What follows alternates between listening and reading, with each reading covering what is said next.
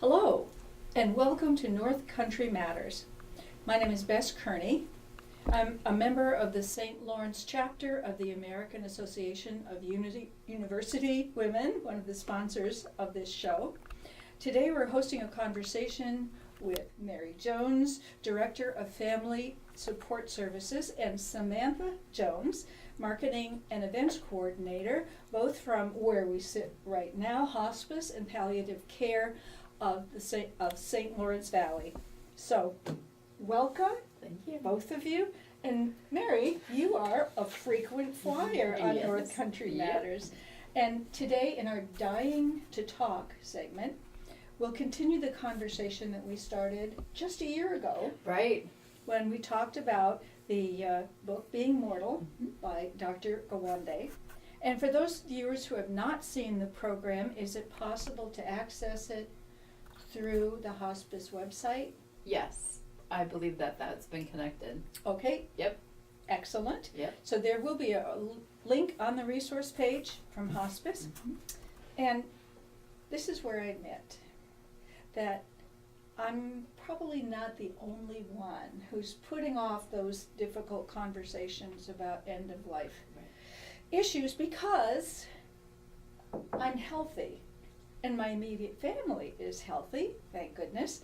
And so why is it important to start the conversation now? Because you're healthy. Oh. All the more reason to do that. You know what you want. I think we all know what we want. We all know we're gonna die. We may not be accepting of that, but we're all gonna die. And we know in our mind we have a vision of what we want that to look like. And for most of us, we want it to be peaceful, surrounded by our family, and not a lot of fanfare to all of that. But if that's just in your mind, who knows that of your family? Mm-hmm. And the assumption that's out there that the family knows what I want, doesn't always hold any weight. I think what we learned in doing the Being Mortal presentations is that there is a need, almost an eagerness to talk about this, and people out in the community want to learn more how to have these conversations. And that's where Dying to Talk was born. It was taking a little bit of the Death Cafe, which is going to be held on April 12th at the First Presbyterian Church in Canton from 7 to 9. It's taking a little bit of that, just that opportunity to sit down and talk about death, and then the program progresses to talking specifically about advance directives and what people need to know, where they get that information. But it's really understanding the value of advance directives. Wow. Now, you have the brochure for the Death Cafe. Well, they're Dying to Talk program.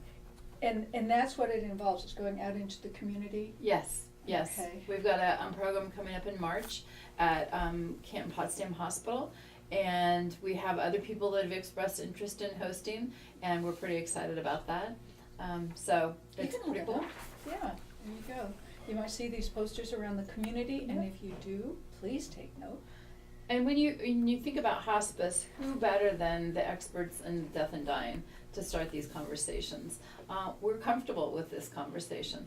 We have learned through the 35 years that we've been here that not having that conversation can make the dying process a little bit more challenging. And our goal is to meet the patient where they're at and to have that death that they want.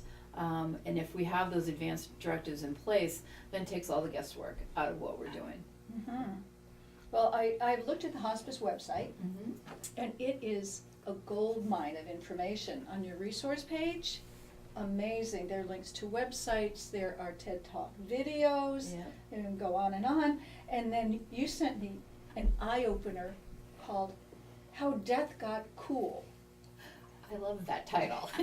And I have to tell you, it did open my eyes, not only to the necessity of talking about, and I don't mean talking about death, but talking about your own death. Right. And owning that. And Right. This article in particular brought up how there are many cultural differences. Yes. About how different societies around the world deal Right. with death. And this one in particular was talking about Sweden and their death cleaning. Something I'm aspiring to for 2018, one of my goals, resolutions. And it's really about what we're learning is, the silver tsunami that's coming, the baby boomers. And we have been a group that's collected a lot of stuff. And what we're finding is our adult children don't want our stuff. And it's about cleaning that stuff out. And it is that preparation. It's thinking about, what's the legacy that I want to leave behind? Is it the stuff? Or is it who I am as a person, and what am I leaving to my friends and family as a person, not the stuff? It's a very intriguing article. Yeah, I recommend it to anyone. How That's very Death good. Got Cool. Yeah. There are other resources outside of hospice that you link to, and one of them is called the Conversation Project. What is that? The Conversation Project is a pretty cool website in that it really walks the individuals through the process of having that conversation. To say, you need to do advanced directives, what does that mean? What are the questions that you need to answer, and how are you documenting them? But specifically, what are the questions? And the Conversation Project gets you ready for that, and it gives you the whole list of questions to answer, and it just starts the conversation. What do you want at the end of life? Do you want to be resuscitated? Understand what all that comes with that. Do you want a food and hydration regardless of where your body is in that dying process? What is it specifically that you want? Do you want to die at home? Do you want to die in the hospital? A little bit more challenging to die in the hospital these days. We struggle, which seems so absurd, we struggle as hospice. The Medicare conditions of participation have told us that we can serve people in the hospital who are dying, provided that they have a symptom that's out of control or pain out of control. If they're there because the family's tired, if they're there to get some fluids, hydration, we can't provide hospice services to them. And they're very much scrutinizing all the documentation for that. So we want to know ahead of time, what do people want? How do we keep them at home? How do we get the family involved with that? Because I think the goal of hospice is not to come in and do everything for people, it's to walk with them and say, here's the process, here's your role in all of this. This is how you're gonna help your loved one as they die. So the regulatory is a little stifling these days. A lot of rules and regulations that we have to follow. But the hospital really isn't the place that you want to die. You want to die at home with your your family and friends around you. Yeah. And you were saying that when you're healthy and when you're young, and I was just thinking it can't be a one size fits all, because 1 in 3 of us will develop dementia. Hands down. No, Yeah, really. Not it. I know. But then I can understand why, if and when that happens, you are perhaps less capable of making those critical Right. end of life Right. decisions. Think about when somebody dies and you go and make the funeral plans. You're not really thinking about what's the most cost-effective way of doing this. You are very much emotionally charged with that. It's the same with advanced directives. Do it when you're healthy. Make those decisions when you don't have that emotion connected to that. People today are pretty adamant about what they want and what they don't want. The question is, have you shared that? Have you documented that? And is your family aware of that? And families don't always talk about those things. But it's not always comfortable. No, not at all. I do have a friend who, fortunately, she's still around, but years ago, she got a great big piece of poster board, and she started to put together what she wanted to have, photos for her funeral. And at first I thought, come on, Barb, isn't that a little morbid? She said, no, I want to be in control of how I'm remembered. And control is the operative word. Yeah. We can't control the fact that we're dying, but we can control how it plays out. And control, really, that's what advanced directives are, is having some control at the end of life of what you want to do. Makes sense. That as Hard sell though. well, but as we talked about last year, that in fact you are alive Until you die. until you Yeah. die, and so this is just part of your own personal journey. Right. It's about living. Yeah. Yeah, it's about Yeah. living until the very end. And I think that that's a misnomer out there for hospice. Oh, if I sign on to hospice, I'm coming here to die. Well, you're not coming here because we don't have a residence. But we're all about living. We're about living until you take your last breath. What we, again, have learned in the last 35 years is having that plan ahead of time makes a huge difference. You're not scrambling around to figure out, is there a healthcare proxy? What did they want? You're not making it up as you go along. And families want that direction. They may not talk about it, but boy, they would very much like to know, okay, this is what they want, so we can honor that. Yeah. Yeah. Well, Samantha, a lot of what we're talking about is new vocabulary for some people. Advanced care planning, health proxies, living wills. I mean, I don't even know all of them. Could you sort of walk us through what that advanced care planning involves? Of course. So advanced care planning really is all about planning for the what ifs across your entire lifespan. It's about ensuring that the healthcare treatment you receive is consistent with your personal wishes and preferences, and making sure that people, your loved ones around you, are aware of what you want. You have to think about what would happen if you suddenly were diagnosed with a serious illness, or you left today and were in a major accident. How can you be sure that the treatment you want or don't want is what you'll receive? And would your family be comfortable, and would they be confident enough to make decisions on your behalf if that were to happen? So again, doing it while you're healthy. So whether you're healthy today, facing just an acute illness, a long-term chronic illness, or a terminal illness, advanced care planning helps alleviate all the unnecessary stress and suffering, and it aims to improve quality of life. It also helps provide a better understanding of the decision-making processes. It allows you the conversation to understand the differences in if you have a disease, where it's going to go, what you want to look for maybe, and it really presents that opportunity to take stress and the burden of making those crisis decisions off of your family members. And as Mary has said, we've seen families with hospice struggle with these decisions and the anxiety and the burden that it causes when they have to make these crisis decisions and they don't know what mom wanted or what dad wanted.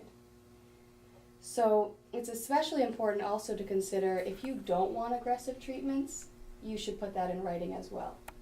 Make that known. I don't want a feeding tube. I don't want to be resuscitated. Otherwise, healthcare professionals have to do that. Their motto is to save your life, right? So really the way to start is consider the hypotheticals. What if I'm in a car accident? What if I have dementia? What if I'm in a coma?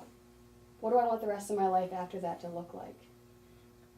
How legally binding is it? Because my understanding is by the time that healthcare proxy, no, what is it called? So What's it called? a healthcare proxy or advanced directive? Okay. How help me about, here. well, let's take a step back. Okay. What advanced directives are, there's two main components. The first is the healthcare proxy, and that is a document where you can legally appoint someone to make healthcare decisions on your behalf should you lose the ability to do so for yourself.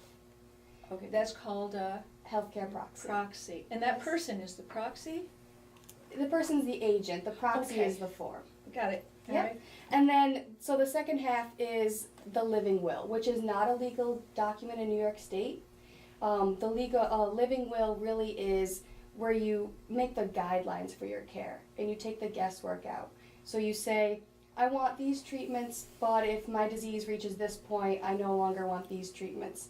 And the living will really is a guide for the agent of your healthcare proxy. So when you can't make decisions and you can't answer questions, they can look at that and say, well, they want X, Y, and Z, and they're not that takes the guesswork out of it. So when you appoint a healthcare proxy, it's important to do that living will, and the same vice versa. If you're going to create a living will, make sure you have someone who can legally carry out those wishes for you.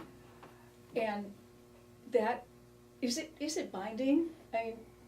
So yes, a healthcare proxy form becomes legally valid as long as it is properly signed and witnessed. A living will is not a legal document, so we still recommend that family members seek out the help of an attorney to complete wills and other final arrangements. Okay, so I have to choose my agent very carefully, someone that I totally trust will keep up with my condition, or when they're needed, will follow my wishes. Yes, we recommend when you're selecting someone for your healthcare proxy, to make sure it's someone who is A, comfortable being that agent, and B, that you're sure that they will follow out your wishes and keep your values first and foremost.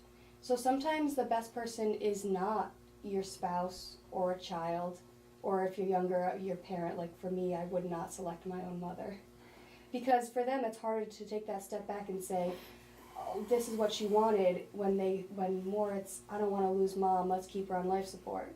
Okay. So sometimes the best person is a close friend, maybe another relative who's a little bit separated. But again, it's making sure it's someone who can comfortably and confidently carry out your wishes. And you can appoint more than one agent to carry out those wishes. Just be sure that if you have more than one, they're all in agreement on how to carry out the wishes you've set out in your living will. Well, I mean, I'm convinced that this is something that's worthwhile doing, but how soon? How soon should do you wait till you're midlife? I mean, what's the magic date to start this process going?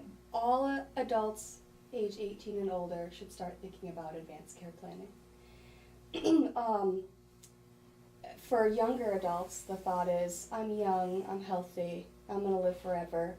But, so they're not thinking of it in terms of getting sick, having cancer, dying of a disease. But, death has no prejudice, and it's going to hit anybody, any age. So you might be on your way to college, and what if you're in an accident or something like that? Yeah. What do you want the rest of your life to look like? Mm-hmm. So I would recommend, when you start making those college plans, when your kid is 18 and they start making their plans of where they're going to go to college and all the things, this is a time to have that discussion too. Have you thought, completing this document when you go off to college as well? Interesting.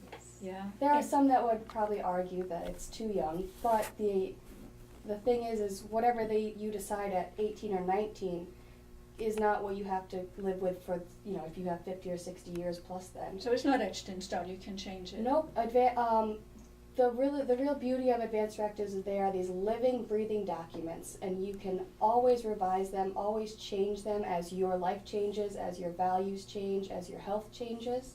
Mm-hmm. And you should be reviewing them frequently and making changes so that everything stays consistent with what you want across your entire lifespan. Right. Again, it's just, owning that life and right up until the end. But you don't need an attorney You don't need an attorney to complete an advanced directive. Okay, but the living will, you said that's not legal? No. Okay. Should you have a doctor help you through any of this? You could. I think, it depends. It depends on a lot of different factors. If you're 18 years old, the likelihood of you having that doctor when you're 85 is slim to none. Right. It's really, when you have a doctor involved, there is a directive called MOLST, and it's for people who have a year or less to live. And it's, again, looking at, do they want food and hydration? Do they want to be treated with antibiotics if they get an infection? Do they want to have a DNR, or do they want to be resuscitated? Do they want to be on life support? And as we do a MOLS form for all of our patients, and we're asking the questions, what is it that you want, so that we have a good picture of what it is that they need. It's also an opportunity to educate. A lot of times people, I want a full code, I want to be resuscitated, not understanding that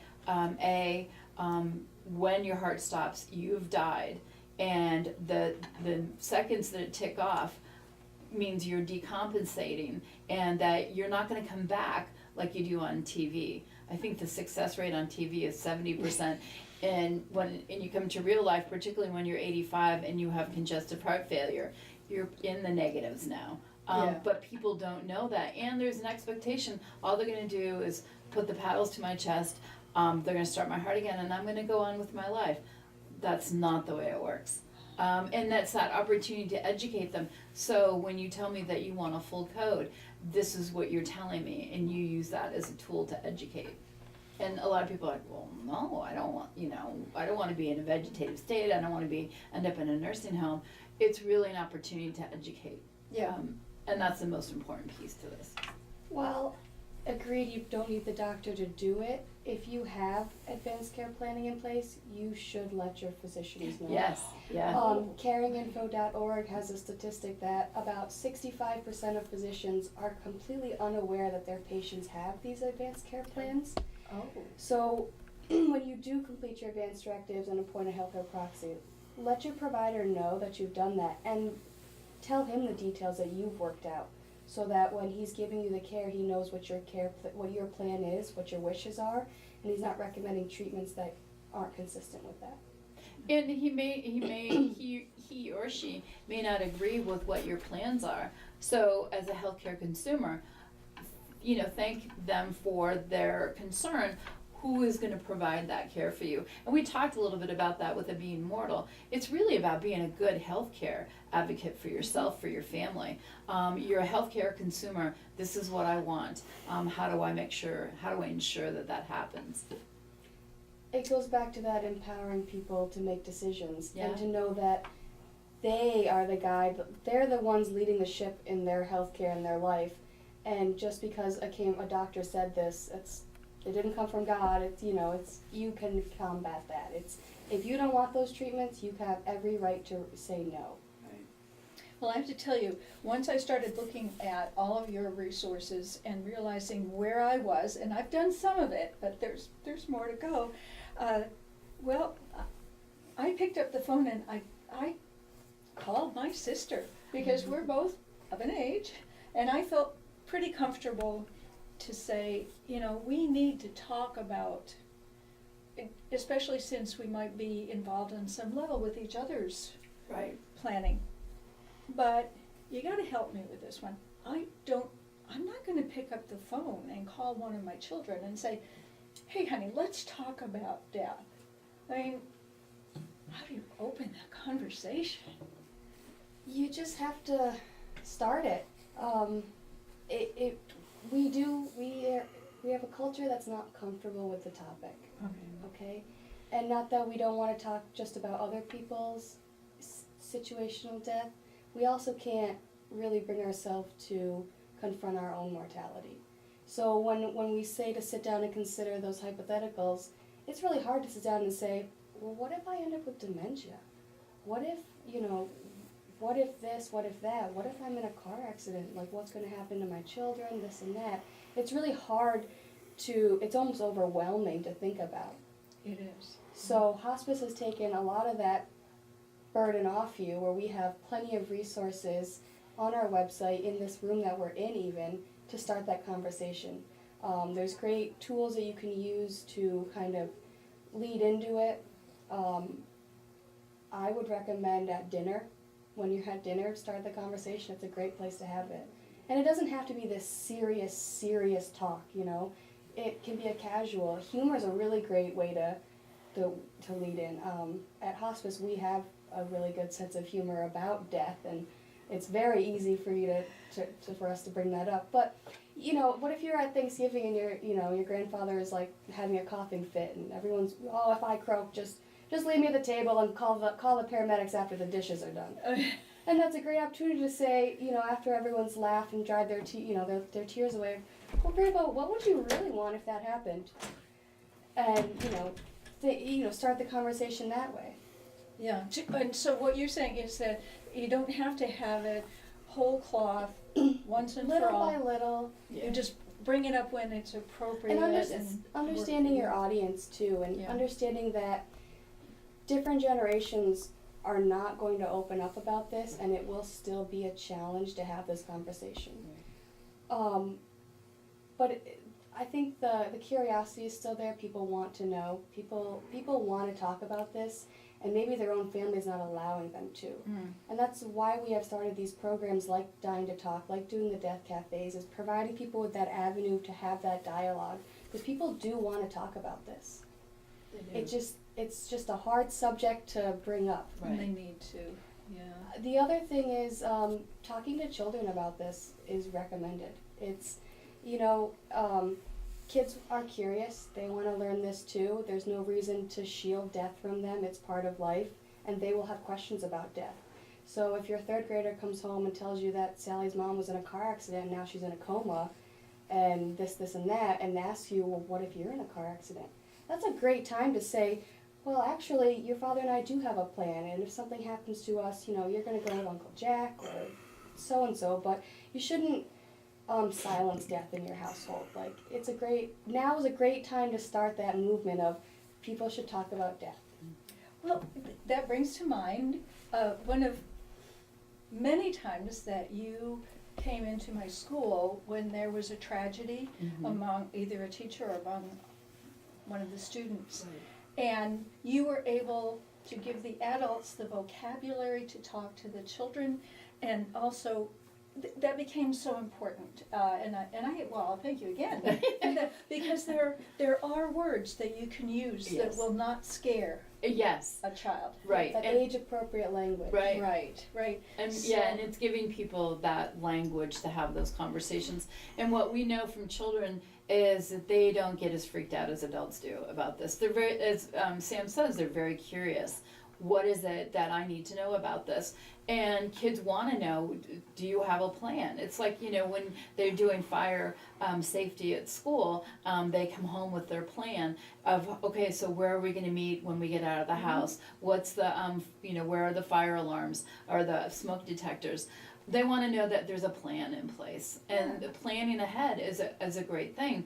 I think what advanced directives are a challenge for people is that, well, I just kind of want to fly by the seat of my pants.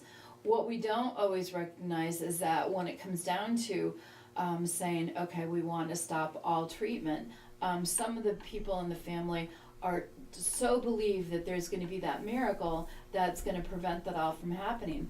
But again, we're all going to die. A miracle can happen, but we can't bank on that. And I think I know for me, my mom decided not to have any of her 5 children to be her healthcare proxy. It was her best friend. And I couldn't thank her enough for making that decision, because I knew I was too emotionally attached. My brothers asked, he said, no, I want you to be my healthcare proxy, because if anyone can pull the plug, it's you. So it's all the That's different what I told perspective. my brother. Yeah.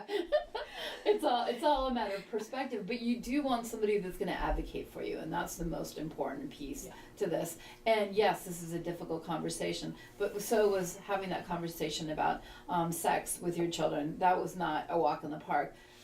We're not saying that this is an easy conversation. We're saying this is a part of life, and how do we move forward? How do we put our decisions, here's what we want, then move on with life, live our life. What I've learned in teaching death and dying over Potsdam State is that the 18 to 22-year-olds that are completing their advanced directive as part of their grade, they feel a sense of relief. I know what the decisions are. I know that I can change this at any time, but I understand what the dying process is, and I have a much more realistic outlook of what I want and what I don't want. And a lot of them don't want to be on any kind of life support. They've learned how fruitless that can be for most people. And it's their decision. We're giving them the information to make that decision, but they feel a tremendous sense of relief. And that's been a consistent statement across the last 11 years, which I find amazing. And it's like, okay, so this is something that really makes a difference in the quality of life for people. They're not so worried. They know they have a plan. I can go on with my living right now. Excellent. Oh, I hate to say this, our time. Yeah. But Samantha, do you have any parting thoughts? I have two. Okay. First is that take the steps now, be proactive, don't be reactive to a crisis. And second is talk about this. Talking about death will not kill you. Words to live by. Really, the denial of death, you're doing yourself the disservice of the life review, the life closure, of looking at the quality that you want. So talk about it. Thank you. Mary. Oh, learn about it. Learn as much as you can about it. There's as you've said, our website is full of information. I use a lot of articles online. New York Times has great articles. It's just developing that language, that understanding about dying that really, really takes the fear out, and it honestly lowers your anxiety when you do this. It's a hard sell, and nobody wants to die, but nobody's alive to say that they're 3,000 years old. So, reality is this is going to happen. How do I live my life to the best that I can do, knowing that I've got this piece all wrapped up and I don't need to worry about it? I remember when you had the presentations about being mortal, I was so amazed at how comforting it was when people in the audience were just allowed to start talking about their own Yes. experience, their own wishes. So this is what is coming up soon at Canton Potsdam Hospital on March 6th. March 6th. From 5:30 to 7:30, I'll show the flyer again. It's our Dying to Talk, conversations about facing death and embracing life. And you need to put in reservations because you do get a light meal. Yes. Just, food and death. I mean, there's a great combination. Excellent. Thank you both so Thank much you so for much. sharing your time, sharing your beautiful facility. And these conversations are a production of North Country Matters, filmed this time at Hospice and Palliative Care of St. Lawrence Valley. It's a civic collaboration between the St. Lawrence County branch of the American Association of University Women and the St. Lawrence County League of Women Voters. Until next time, remember, our North Country matters.